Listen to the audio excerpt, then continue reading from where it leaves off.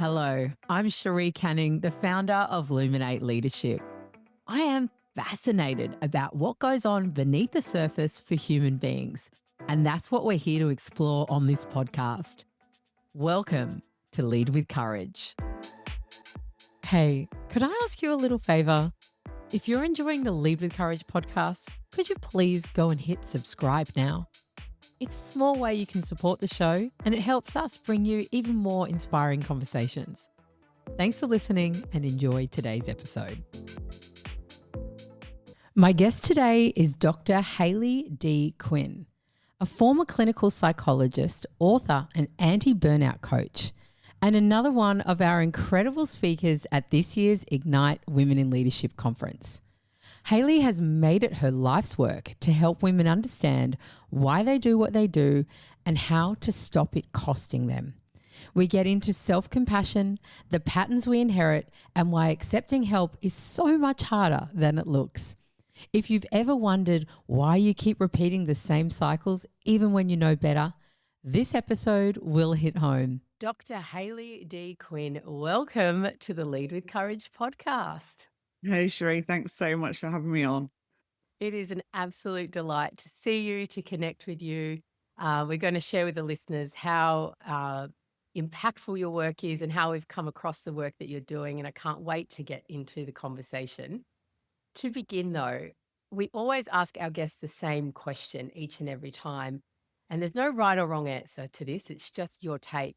What does it mean to you to lead with courage? Gosh, that's a great question, isn't it? I think for me, it really is about coming back to what my values are and stepping forward based on that and not getting caught up in what I think everyone else is going to think. Because I think that can be a real trap for us these days, is trusting myself, trusting the wisdom and knowledge that I have, and also knowing that it's okay if it was the wrong thing. It's okay to make a mistake. So I think that for me would be leading with courage. Yeah, so beautiful. And I imagine, and this is where we're going to go with the conversation, in learning to trust yourself and learning that it's okay to fail and to make mistakes. I guess a lifelong journey of that for you. Yeah, absolutely. Lots of Which, mistakes. yeah. Well, haven't we all? It's just having the courage to actually share them, isn't it? Yeah.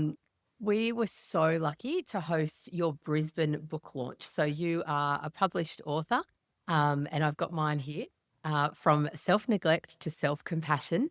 You're a published author, and we were so lucky to host in our Gather Balimba space your Brisbane book launch, one of many across the country. And I loved one, and a big reason that we're so fortunate to have you on the podcast and have this conversation today. The women and men in the room that you have as your community, I think, are always going to be a testament to who you are and the work you do. And it was such a beautiful community of people. And listening to the takeaways from the book at that time, I hadn't read it yet, but I have since read it.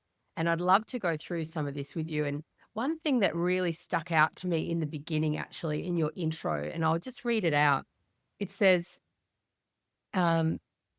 there are many books out there designed to make you feel, sorry, I'm going to reload. It says in here in the introduction, there are many books out there designed to make you a better version of yourself. A little bit more on that. And then it says, I'm not here to make you better.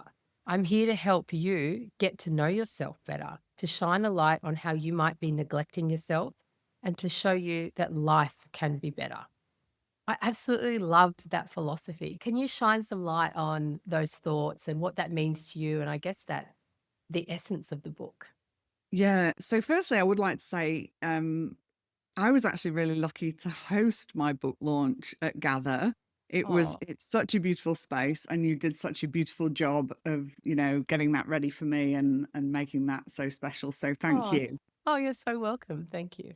But yeah, the book, it was important to me because I think there are so many books out there. There's so much information, and a lot of it, unfortunately, I think can leave us as readers feeling less than or somehow broken. And I really didn't want to do that. Now, I'm a late diagnosed autistic woman with ADHD. I have spent decades of my life feeling faulty, broken, defective, not a good Mm. fit. And it was really, really important for me that this was a book that was supporting people in a way that would be helpful, not harmful. That's the premise of compassion at the end of the day. And I really didn't want it to be something that if people were to read it, they would then start questioning themselves in a negative way and start to Yeah. feel like there's something wrong with them. So, yeah, that was pretty much it for me.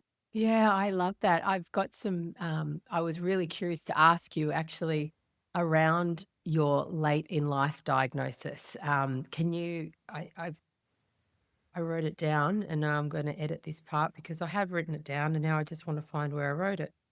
Um, Geez, sorry, I'll get into it. Um, yeah, thank you for sharing about your late in life diagnosis because I think that this is a huge part. It's not just about that in the book, and we'll explore more around the book. But can you tell us a little bit about your journey and I guess what have you learnt from that late in life diagnosis? How's it changed things for you? Yeah, so I was 52 when I finally found out I was autistic with ADHD. I had been a psychologist for a long time. And I guess, you know, we really didn't have a lot of information about what neurodivergence, particularly autism and ADHD, looked like for women and girls. Mm, That is starting to increase, which is fantastic. But it was very much always based on sort of boys and men. So I was starting to learn more as a psychologist and recognizing things in my clients, or when I was supervising other psychologists, they would be telling me about a client and I would be saying to them, have you thought that possibly they could be autistic or they might have ADHD or some other kind of neurodivergence? And then I remember going home and sort of thinking to myself, oh, this is really interesting because a lot of the things I'm recognizing and saying, oh, maybe we should send you for an assessment. Maybe, maybe that would be helpful. I was starting to think, oh, hang on a minute, that's me too. So I started to chat to some of my friends and colleagues. And then I had this other realization that I had struggled in some relationships and friendships throughout my life. But I was getting to a point where my relationships with people were feeling easier. They were feeling like a better fit. And as I looked around, a lot of the people I was in relationship with were actually neurodivergent women. So I was like, oh, this is really? really interesting. So I reached out to one of my friends slash colleagues and asked if they knew somebody that I could go to for an assessment. Because when you're a psychologist, it can be really hard to find a psychologist that you don't Yeah. know. Yep. So I ended up having the assessment, and yeah, lo and behold, autistic ADHD, which was really interesting in lots of ways for me. It was one, a relief because I'd always felt like I'd kind of been dropped off on the wrong planet. And then I was like, okay, well, I kind of have been because this is a What very were new. the what are the examples when you say that? Because I'm wondering, I'm sitting here going, sometimes I feel like that too. But when you say, what are those examples where you've been dropped off on the wrong planet? Is the way people approach things in their work? Is it, Yeah, yeah, what were the examples? I think the way people approach things in work, the way that people kind of like to be in big gatherings and do small talk, some of the ways people would just understand the world in a way that I just didn't understand the world. Hmm. Or one of my strengths that I recognize now is pattern recognition. So I would get confused as why other people couldn't see the patterns that I was seeing. So there was lots Ah, of different things. But I guess growing up in my earlier life and sort of earlier adulthood, it was just this sense of I just don't fit here. And I didn't understand why. And I would struggle or I would question like how often should I be reaching out to somebody or what's the right thing to do? I was always kind of busy in my head trying to figure out how to be a human. mm. And So then I imagine then that leads to just absolute exhaustion and potentially burnout. oh, absolutely. I mean, I struggled with mental health issues throughout my life. Um, and then also lots and lots of fatigue. By the time I had a significant burnout in 2016, by which time I'd been, navigating life as a neurodivergent woman for 46 years. I had been in a domestic violence relationship. I'd come out of that. I was solo parenting with very limited support. I decided that going to university to do a degree would be a great idea, which it was, and went In on all your spare time. to do honors and also a PhD. So I had all these confounding factors that really led to me being burnt out. But when I look now, one of them absolutely was that I was trying to operate in a way that just did not suit who I was as a human being. So after that experience and recovering, I've spent the past decade really looking at what does it mean to connect with yourself, learn to do it differently, and then live life in a different way. And not in a way that I would then say, Cherie, you should be living like this because it will work for you, Mm. but in a way of how do you then kind of build relationship with yourself and figure that out for yourself? Because I think it is very individual for us all. Yeah, and that's one of the things I really noticed and enjoyed in the book, actually, how many reflection pieces there are that's asking you about you. So you're helping develop through the book, build self-awareness and reflection time. It's not a cram the content, cram the theory, and you can tick the book off your list. It really is like an experience walking through the book, but then being able to apply it to you at each personal application. Yeah, and that felt really important because there's no point me giving you a prescription for how to live your life or run your business because just because it works for me doesn't mean it's going to work for you. Mhm. Even if you were also an autistic woman with ADHD, you're still going to be different. You're still going to have things that are different for you.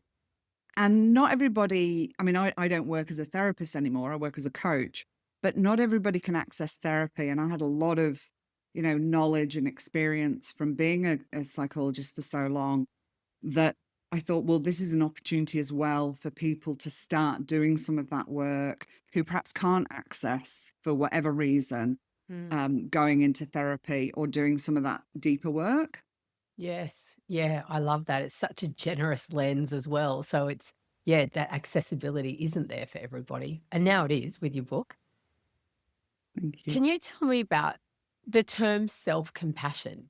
Because when I read it and when I hear it, and even actually the self-neglect, I wonder so many people may relate and resonate with both of those straight away. And others, tell me your experience when you've talked to people around the title, because are there people who push it back and almost in denial about, oh no, I don't self-neglect. I'm not neglecting. I imagine there's probably two camps. There's a camp of women who like, yeah, actually, I haven't considered myself in a very long time. And then there could be a camp of women go, no, no, I'm great at that as they push through and push through. I feel that the word self-compassion could be misinterpreted to sound too soft and almost like it's an excuse for not being driven and determined. And I know in reading the book that is not the message, but can you talk me through, have you had that kind of feedback or questions around the words? What are your connection with those words? Yeah, absolutely. So if we take it in two parts, the Mm, self-neglect. And again, this isn't a term we use a lot. So there was some no. risk in me doing that as a book title. But in all honesty, the book title came to me. I didn't choose the book title. It just kept showing up in my mind. So that's what the book wanted to be called. Who am I Yes. to argue? So yes, there absolutely are differing kind of opinions. Some people are just like, oh my gosh, I need that. Absolutely, that's me. And then other people, like you say, don't want to acknowledge it. And I get that because that's actually really hard and really confronting to acknowledge that you have been putting yourself last or letting go of important things in your life or Mm, not even allowing yourself to dream about things you might want is really confronting and can bring with it a lot of emotions, including grief. So there's a list in the book of different things down to, packing the lunches for family and then getting to work and realizing you don't have any lunch, right through to sort of missing health appointments or, making, I won't say excuses, but giving yourself reasons for why you're allowing a certain situation to continue, even though mm, it's harming you. So mm, there's a real range. And I think often when people think about self-neglect, they think, oh, it's somebody they're not showering, they're not eating, they're not washing their hair, they're not sleeping properly, all those things. And it can be that as well. But I'm talking about the day-to-day stuff where you just seem to be left out of the picture, even though in a lot of scenarios, you are the main event. You're doing Mm. everything. You're doing everything for everyone else. You're holding everything. You're juggling all the balls, but you're forgetting that you're actually in the picture. Yes, yes, and almost like that main character energy that we need to have, not forgetting the other roles of service and Yeah, responsibility that we hold, but actually we are our own main character, and how do we put ourselves at the center? absolutely. And then the other piece you talk about is really common. When people Mm, hear self compassion, they think, oh, it's soft and fluffy mm, and it's about letting yourself off the hook and it's just about being kind. And whilst kindness can be a part of compassion, it's kindness isn't compassion.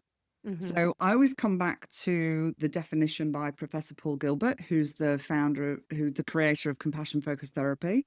Compassion is a sensitivity to suffering in self and others with a commitment to alleviate or prevent that suffering. So sometimes it might be about going gently and being kind with yourself. And other times it might be about getting the work done you don't want to do, having the hard conversations you don't want to have, facing the reality of something so that you can change it. At the heart of compassion is courage, mm. strength, and wisdom. So there's nothing soft and fluffy about compassion, but it absolutely is a very, very common misconception. And I am so glad to hear that from you, because I completely agree. I believe it takes so much strength to actually say, "No, I will see myself through that compassionate light, and I will not suffer, and I will prioritize." It's not I think in when I look at friends or people I've worked with over the years, you see that that is actually when that is missing, the Mm, impacts and the cost that that has on people's lives is quite significant. Where do you absolutely. see that personal toll, and even, and we'll expand that into a business or leadership toll as well. What what is that cost for people, for women, when we aren't self-compassionate? I think it can come in many ways. And again, I never like to kind of give this is the answer kind of answers Yes, fair. because I think it really can differ for people. It can be somebody who is always exhausted and just never stopping to even think about rest.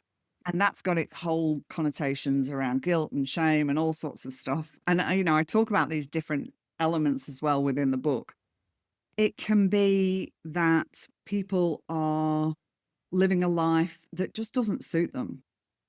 It could be that they are forever giving out to other people and never actually having that reciprocated.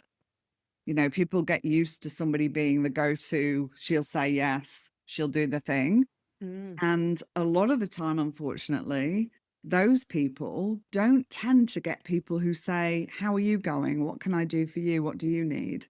mm, And even if they do, I talk about the three flows of compassion in the book. We've got the compassion outward to others, which most people I know, and particularly women and particularly people in caring professions, are absolutely fine at, often to the point that it's depleting them.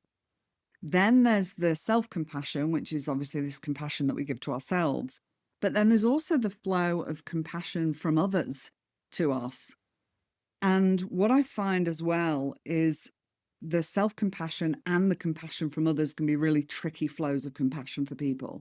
So even if somebody was trying to offer help or assistance and they see you're suffering, a lot of the time people block it. and what does that look and sound like? I'm okay. No, no, I've got it. I'm fine. Yeah, no, I'll just get on with this and I'll see you later. Thank you, but no need. Um, Yes, that sort of yes. stuff. Or a very common one can be people when they're really starting to struggle, they self isolate. So they take away the opportunity for other people to be there for them as well. Yeah, because if they don't know, then they're not gonna help, Yeah. and I suppose for many people, this is not intentional, they're not turning up and going, "Oh, I'm gonna isolate my friends so no one can support me." No. What what might be driving those things? I think you said before guilt or shame, and everyone's different, but are there Is it scenarios? Is this conditioning that we've just become accustomed to and maybe not conscious of? I think all of the above. I think, we need to acknowledge that as women and people assigned female at birth, we have very much been socialized into caretaking. We're given a doll with a bottle and a nappy. We're given a tea set. We're given a little cooker and all the things. And perhaps when people come over, if you are a sibling with a male sibling, it might have been you that was asked to go and get the things for the guests. So there's lots of that, which then continues in the world. We live in a very patriarchal society. So there's lots of messaging that women are here for the service of others. And if we don't stop to think about that, we just get on business as usual. Yeah. We just keep Yes. doing the things. Good mothers take care. All this messaging that happens. It can also be that for whatever reason, and I always say, caregivers were doing the best they could with what they had, doesn't mean it was good enough for what you needed. Mhm. And that in itself is a continuum of great parenting through to really not good parenting at all. But if you, in your younger years, you were never taught how to recognize what you needed, how to express what you needed, how to receive what you needed, how can you expect yourself to be able to do that? I like to use the example that if you've never learnt Spanish, would you expect yourself to to conduct this podcast with me in Spanish? Absolutely not. I can barely do it in English, Hayley. And yet we will expect ourselves when we hear about something different or a new concept or idea, we will then give ourselves a hard time of like, well, why wasn't I doing that? How come I've not been doing that? So, well, you've never learned. So Yeah. again, there's a moment there for some compassion. It's understandable I haven't been doing this because I've never learned how to do it. Yeah. It Yeah. could be that in later life you got into a relationship that has shaped you in a way that has not been helpful.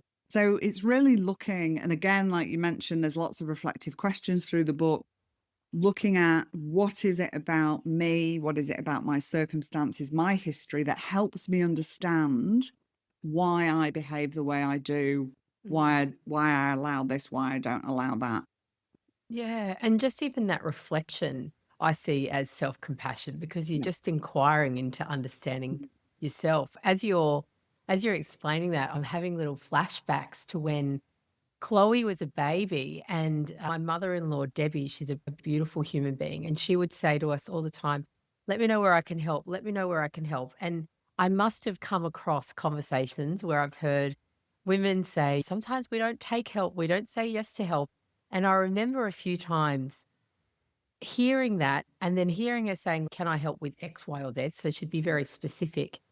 And I can still feel in my gut as I'm telling you this, like the discomfort in the beginning to say yes, because I was like, oh, and then I had that other little voice going, this is what people are talking about. This is what people are talking about. Say yes, because she wants to help. It's a win for her relationship with my daughter. It's a win for me. And okay, just say yes. And now it's actually I'm the one initiating asking for that. She obviously still offers all the time, but I'll ask, hey, I'm a little bit stuck here, or to be able to do this, I'd really need some support. And it's become a habit now, 10 years, almost 10 years down the track. But I do remember that in the early days thinking, oh, can I say yes? Should I say yes? Is it wrong to say yes? But yeah, it's so interesting that or that inner dialogue that was Yeah. going on. So much. And that could be for so many different reasons, right? But how different is it when you practice receiving Mm. and then practice asking? How different is it then in your life where you think, actually, I can ask for help?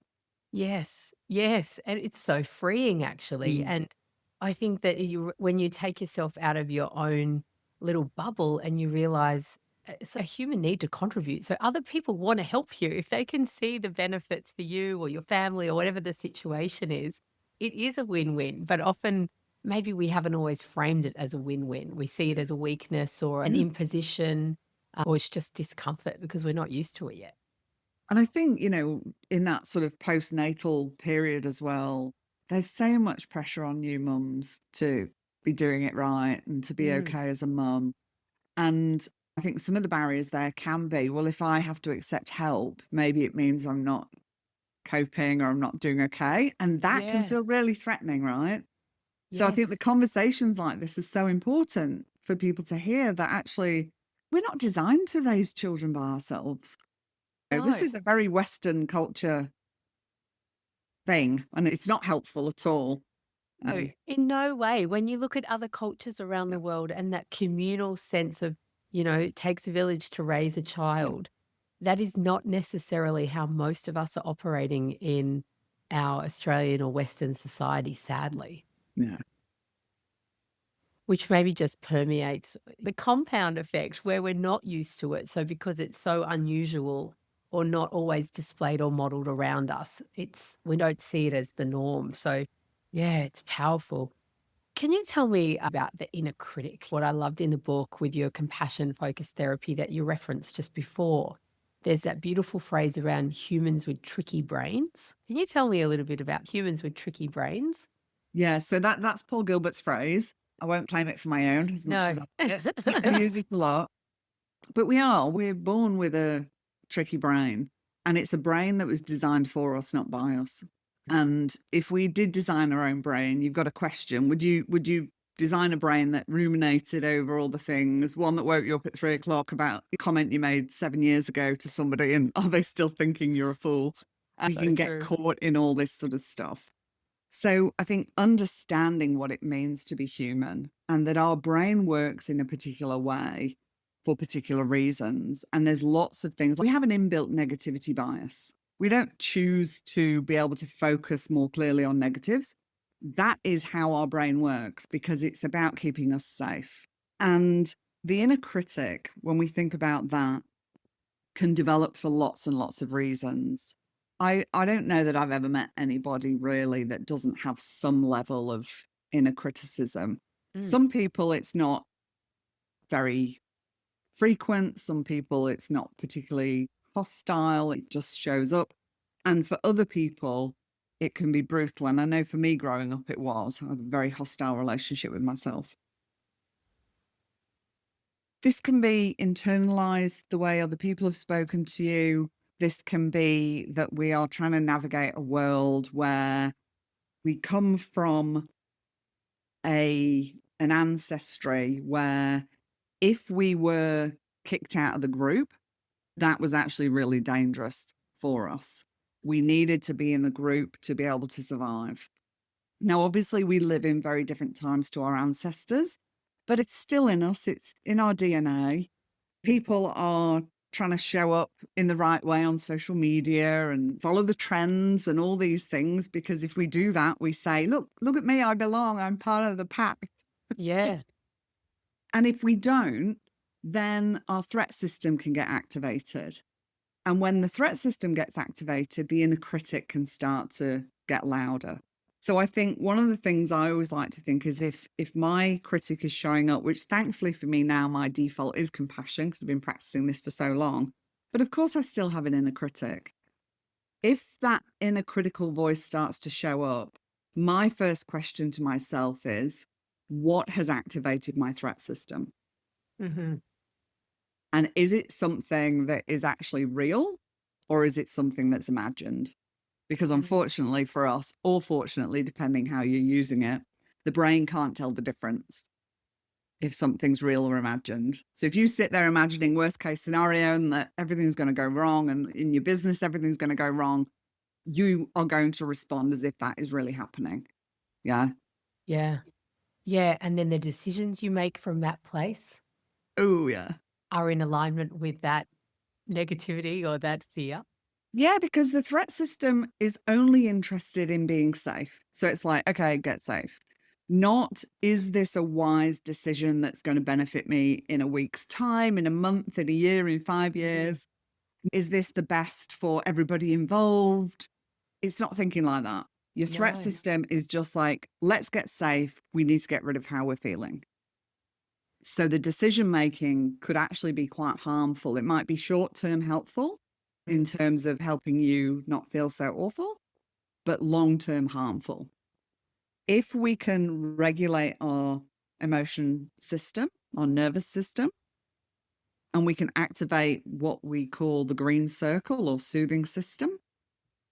Then we can start to have easier access to our wisdom, and we can make decisions that are actually going to be based in wisdom.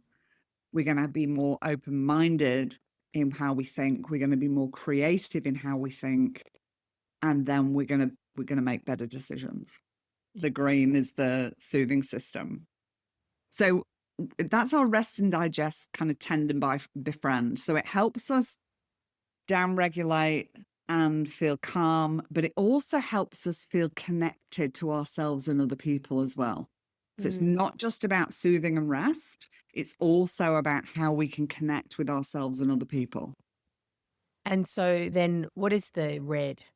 So the red is the threat system. So that's on 24 hours a day, 7 days a week. We'll always say Keeping an eye out.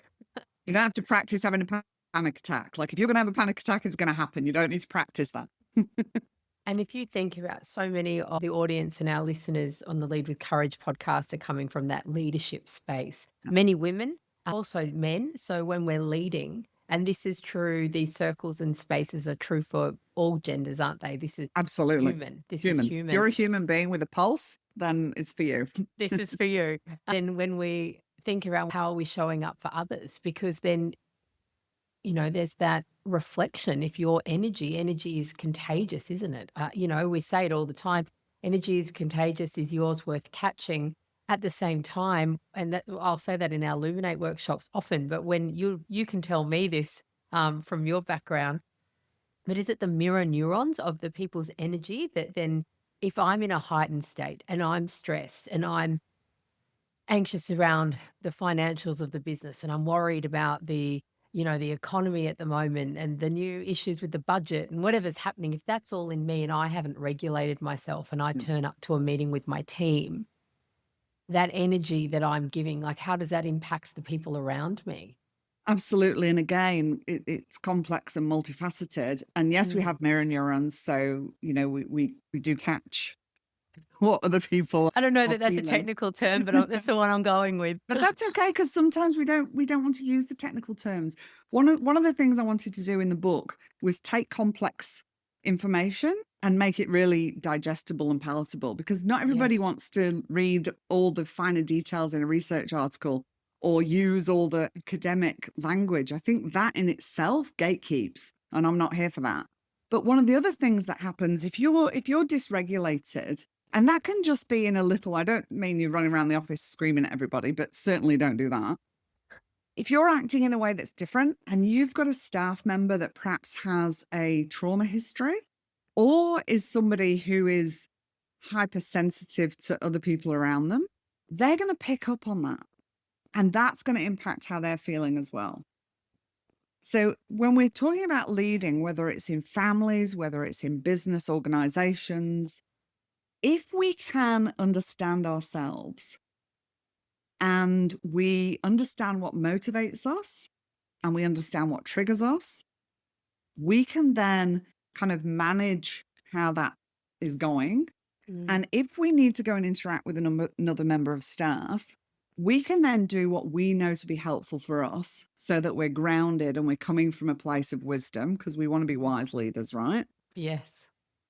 But also when we bring compassion into it and we think about the 3 flows of compassion, we can have this lens of perhaps you've got a staff member that something's just been off and they just keep making a mistake or whatever.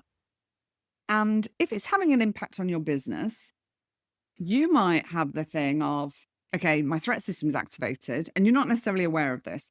My threat system is activated because that staff member is going to cost me money, and that's not cool. My business can't afford to lose money right now. So you start getting agitated. So you see, can we have a chat? Come into my office. Say that to a ADHDer, and they're going to be like, oh my God, what have I done? They come in your office and you go straight to, what's going on? You keep making this mistake. The business can't afford that. Da, da, da. That's not helping anybody. No. If you can notice, oh, this is activating my threat system because this feels risky for the business. But if I'm going to think about this from a compassionate perspective, I'm going to be curious what might be going on for that member of staff. What support or scaffolding might they need? What sort of questions could I ask them that is going to elicit the information that might be helpful for everybody? And then you're going to have a much different conversation, yeah? Yes. And too often, Hayley, potentially the other person isn't aware that they're activated either. They won't be feeling great in themselves, Mm. but they might not know the source of that activation either. Exactly. The other thing when you bring the compassionate perspective is if you are struggling, you're the leader, and many leaders, I'm the leader. I should know how to do all this. I should be the one holding all this. And that's not true. It's Mm, okay to have support for yourself as well. You've got to remember you're always human first, regardless of the roles that you have in your life. So if you've got this compassionate perspective, you can either ask somebody to help you, and it might be like, hey, Cherie, can you just help me calm down before I have a chat with this staff member? yeah, Or it might be that somebody else is offering you help and you are able to accept it, like you used the example as a new mom. yeah. And I think even from a working lens, often that might not be the direct help, but someone might be saying, oh, can I help you with this other task? And if that takes something else off your plate, that then allows you to be less overwhelmed with the amount on your to-do list. So then you've got more space to be more curious, to Yeah. be in a compassionate state for someone else. So it's not always such a literal exchange, No, is it, with help? no, not at all. Not at all. One of the things you mentioned before, and connecting this to workplaces and leaders, you said that you pick up on patterns. That's one of your superpowers that you've discovered or you're aware of. What kind of patterns do you see in your coaching work in business where people on the outside might look like they're nailing it, but on the inside, it's not as glamorous as it looks? Gosh, that is a good question. I think for me that again, there's different sort of levels to this. It could be in terms of language that's being used that isn't Hmm. congruent with the outcomes somebody's looking for or even the actions that they're taking. It can be certain patterns in the way people behave in their life that they don't notice that they're doing it across different domains. I kind of see very quickly that this same thing is like a thread that just weaves through their life. And I think the benefit for me, or the advantage I have now as a coach, having been a psychologist for nearly 2 decades, is I've got a lot of clinical training in body language, reading between the lines, really Yeah. understanding what people are saying when they're not saying anything. Nowhere to hide with you in the best way possible. In the best way. I can also see where those patterns converge and there's Hmm. something going on in one area that's not going on in another. And it's really helpful in one area. And if they actually would implement some of the things, obviously in a different way, if that's needed, that they could see improvements in this other domain as well. Yeah, my first thoughts that possibly in a workplace, you might be really clear with expectations and letting people know what you need and you want as a leader, giving great feedback, being curious, listening to your people. And then potentially at home, you go home and you go, no, I'm fine. I'm fine. When someone says, do you need any help or what's going on for you? I'm fine. That neglect and then maybe not being as self compassionate, potentially, or vice versa. Yeah, absolutely. Or in particular relationships, it might be that you're quite good at that in a number of relationships, but then there's relationships you're really struggling in. And it's like, okay, well, tell me a bit about those. And then you start to see, okay, well, this is like completely different. There's a different blueprint here. And I Like, think when we oh, when go we on. do recognize those things, there can be a tendency for some people to then go, "Oh my gosh, I can't believe it. That's my fault then. I don't do it in that area." And, "Oh, how did I not see that?" And it's like, no, this is an opportunity for compassion. This is an Mm, opportunity to realize and remember it's really hard being a human being, particularly in the world we live in. It's not designed for most of us. We live in this very patriarchal, capitalist, ableist, white centric world. And it's hard navigating it all. So, of course, we're not going to get it all right across all the domains of our life. And that's okay. We're not aiming for perfection here. As far as I'm concerned, perfectionism is an illusion of the mind. You are never going to find it. because it doesn't Mm. exist. Yes. Yes. So true. A lot of this, requires courage. We said courage was at the center of it, and just taking courage on a slightly different detour in this conversation. I imagine that writing a book requires a lot of courage. For you personally, what did you learn about yourself in that process? I think I'd say I don't know that the writing of the book takes courage. Say putting out in the world does. Yes, okay. But then actually in some of the writing, like I had a willingness to touch on parts of my life that had been very difficult for me. I've healed from and have a very, very different life that I'm extremely grateful for. But when we revisit anything that is painful, there can be suffering in that. For me, I think like I was writing a different book. I'd started writing a book about 4 years ago, Self Care for Therapists. And then I realized I'd talked to a publisher. Traditional publishing probably isn't going to suit me because they really like to be in control and I don't like to be told what to do.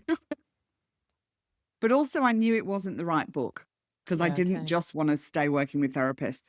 So in January of last year, I started writing a book aimed at women business owners. And then this book title just kept coming to me. Mhm. So I swapped over to this.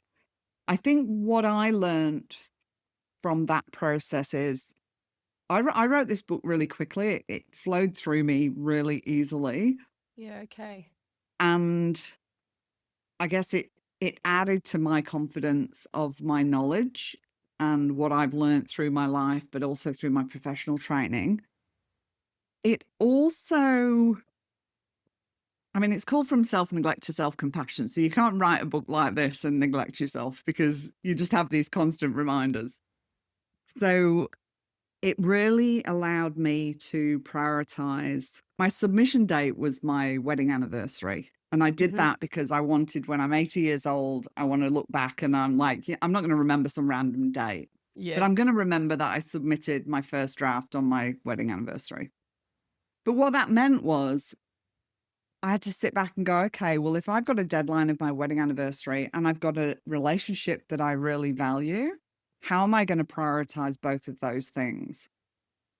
So it meant setting some time, having some intentional time where my husband and I went out for a meal and had some time together, and then setting some more time where I was going to just finish the last little bit and then hit send by 5:30 so we could have the evening together. So there were Mhm. lots of things like that through the book that I guess reinforced for me any areas that I wasn't taking care of myself, but then also validating that this has been a process for me over many years now. And I get this feedback a lot, which is means a lot to me, is that I am very authentic in how I talk about my work and how I live my life. So I guess there was validation and just, that pride for my younger self and all that she went through and that has got me here. It's been a beautiful process. It really has. If you were to share 3 or 4 of your non-negotiable ways of living for self-compassion for you, what's included in that in any given week, day?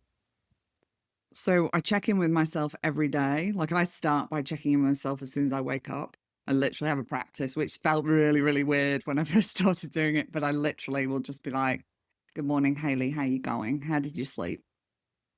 What have I got on today? What do I need to resource myself to be able to do the things I need to do?" And then I continue to check in throughout the day. Some Mm. days I don't do it as much because I don't remember. Other days I do it a lot. Connecting back with my values. And this has been an ongoing thing and will continue to be because I think our values can change over our lifetime as well. Yes. But really doing my best. And notice how I say doing my best. Not always going to get it right. To Mm. come back to my values when I'm deciding if I want to say yes to something. What else would it be?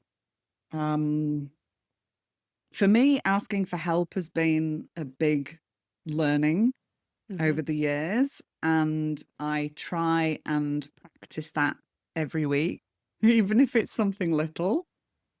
And what would something else be? I guess that check-in as well with my future self. I'm often seeking counsel from 80-year-old Hayley and asking what she would like me to do because she's very wise. Very wise, healthy, well, and Yeah. wise. I love that. It just almost even that vision, I imagine that the mental vision Yeah. of yourself at that place, that's a Yeah. powerful that manifestation, if you wanna call it that, or just the vision. It's such a powerful way to see yourself. Yeah. And Yeah. what are those steps? I love that. I'm gonna start speaking to 80-year-old Chezzy, I think, in the Yeah. future. I absolutely Yeah. love that. There's a future self meditation in the book, which I really do like. And that's the thing I really do like about the book is that I decided to put the meditations in and people can just use a QR code Yes. and be taken to a page where I'll guide them, or they can record themselves reading the scripts and play them back. I would put money on how many people would record their own voice, how many people are sitting going, "I don't like my voice," and you've got the most soothing, beautiful voice. Who wouldn't want your version? But each to their own, it's fine. I love that option too. And speaking of your voice and, hearing from you, I'm really excited that you are gonna be at Ignite, our Women in Leadership conference speaking this year, which at the time of our recording, we're in May, and that's coming up in November. I am honestly so excited. A room full of mostly women, what's one thing that you would like them to walk away feeling at the end of your talk? Oh, that they matter, that they absolutely matter.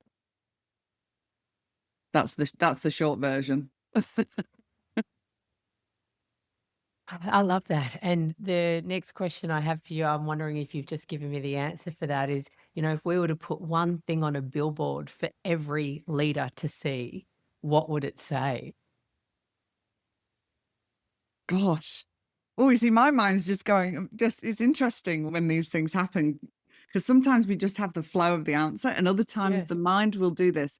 Oh, if it's going on a billboard, it needs to be a really good answer. Like, this is It's how kind of ridiculous permanent. mind is. Yeah. The thing that's coming to mind is like, check in. What do you need in this moment?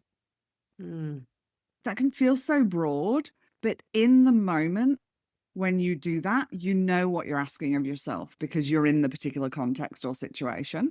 So I think that's one I use for myself a lot is what do I notice right now and what do I need? Do you say that out loud or is it just an internal conversation? It depends. I do speak out loud a fair bit to myself. I have little conversations, but I also have lots of internal conversations too. So it depends on the day you get me, really. Yes, it makes sense to me. I love that. I'm going to adopt the morning check-in. I really Mm. love that. Just how am I feeling in my body? What are the resources I need for what is ahead today? I adore that. And then checking in on yourself throughout the day, maybe simple moments when you're in the bathroom in a moment of quiet, in the car where you're like, have I given myself the things I said this morning? What do I need right now? And sometimes I'll say to people, um, particularly if you're like me, ADHD, and as soon as you have a good idea, you forget it. Um, when you're starting these practices, perhaps put a reminder on your phone or stick a post-it note somewhere, like on the bathroom mirror Mm, or in on the steering wheel in the car or somewhere. So you have that visual reminder, or you have the alarm go off and you can put, how you can label your alarms and just say, yes. what do you need right now or something, or check in with yourself because it can be easy to forget. And the important thing to remember when you forget is be compassionate to yourself. You're a human with a tricky mind and you are going to forget. So true. I must tell you that in my bathroom, there is a little piece of cardboard with a little ribbon in your handwriting that says, "Don't forget how wonderful you are." And that's what I see every single morning. So that works. That absolutely works. I'm so excited to be speaking at night. And having been a participant at the conference last year, it was fantastic. I've said this to you, Cherie. I went to a lot of conferences when I transitioned from being a psychologist to a coach. I wanted to go to different conferences and meet people. And yours is one of the very few that I would go a second year. So to Thank be you. to be speaking at it is just an absolute thrill. Well, thank you so much. And when you said that to me offline, I was really taken back and I really appreciate it. And I believe that the reason that this event is, gaining the momentum and building the momentum over the last few years is because of the authenticity of the speakers. I feel, and the authenticity of the room, the people who actually attend, and that's something we're really proud of. And I can't wait for you to share your wisdom, your current day wisdom, as well as your future self, 80-year-old Hayley wisdom. But your wisdom, um, your self compassion, the advice that we matter, that we are enough. And in our own worlds, I love that it's not around what we should be doing. It's an invitation, it's an option for someone to explore. And if being at your Brisbane book launch was a little peek behind the curtains of your energy and what you bring to a group, I know it's going to be a magical experience when you're on the stage in November. And just that reminder around the book, we'll put the links in here, from self neglect to self compassion, the guided meditation, the guided reflection. There's so much goodness in here, and can't wait to share it with our community at Ignite and through Lead with Courage. So thank you, Hayley, for being part of it. Thank you so much. Thank you for joining us on today's episode. We appreciate you being here. Until next time, go and lead with courage.